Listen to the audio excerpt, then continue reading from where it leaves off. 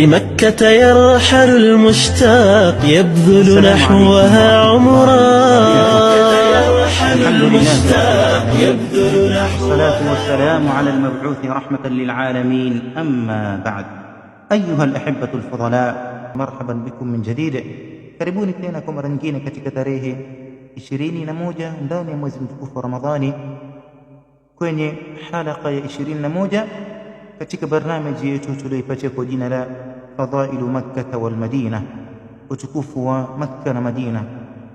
Msikilizaji mtukufu wa Kiislamu, vipi tutaweza kuizungumzia Makka na utukufu wake kisha tusahau kuzungumzia mazazi ya Mtume sallallahu alaihi wasallam, utukufu uliopata Makka kwa kule kuzaliwa kwa Mtume sallallahu alaihi wasallam. Naam, hakikatan Makka imepata utukufu kwa kule kuzaliwa ndani yake ashrafu khalqin ala wajhi al-ard, kiumbe bora katika ardhi hii ambaye ni Mtume sallallahu alaihi wasallam. Na katika kuzaliwa kwake Mtume sallallahu alaihi wasallam kuna sehemu ambapo kwamba ahlul ilmi wamewafikiana na kuna sehemu ambapo kwamba wamekhtalifiana. Wamewafikiana katika siku ambayo kwamba aliozaliwa Mtume sallallahu alaihi wasallam, wamewafikiana kwamba amezaliwa katika siku ya Jumatatu, na ushuhuda bora ni hadithi ya al-Imam Muslim kutokana na hadithi Abi Qatada al-Ansari. Aliulizwa Mtume sallallahu alaihi wasallam, kwa nini unafunga siku ya Jumatatu? Akasema, siku ya Jumatatu ndio siku ambayo kwamba nilizaliwa, na ni siku ambayo kwamba nilitumilizwa, na ni siku ambayo kwamba niliyoteremshiwa Qur'ani, au kama qala sallallahu alaihi wasallam.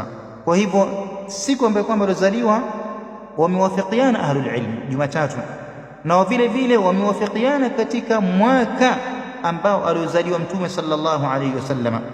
Na katika haya asema Ibn al-Qayyim rahmatullah alayhi katika Zad al-Ma'ad, la khilafa, hakuna ikhtilaf baina ahli al-ilm annahu wulida sallallahu alayhi wasallam bijawfi Makkah.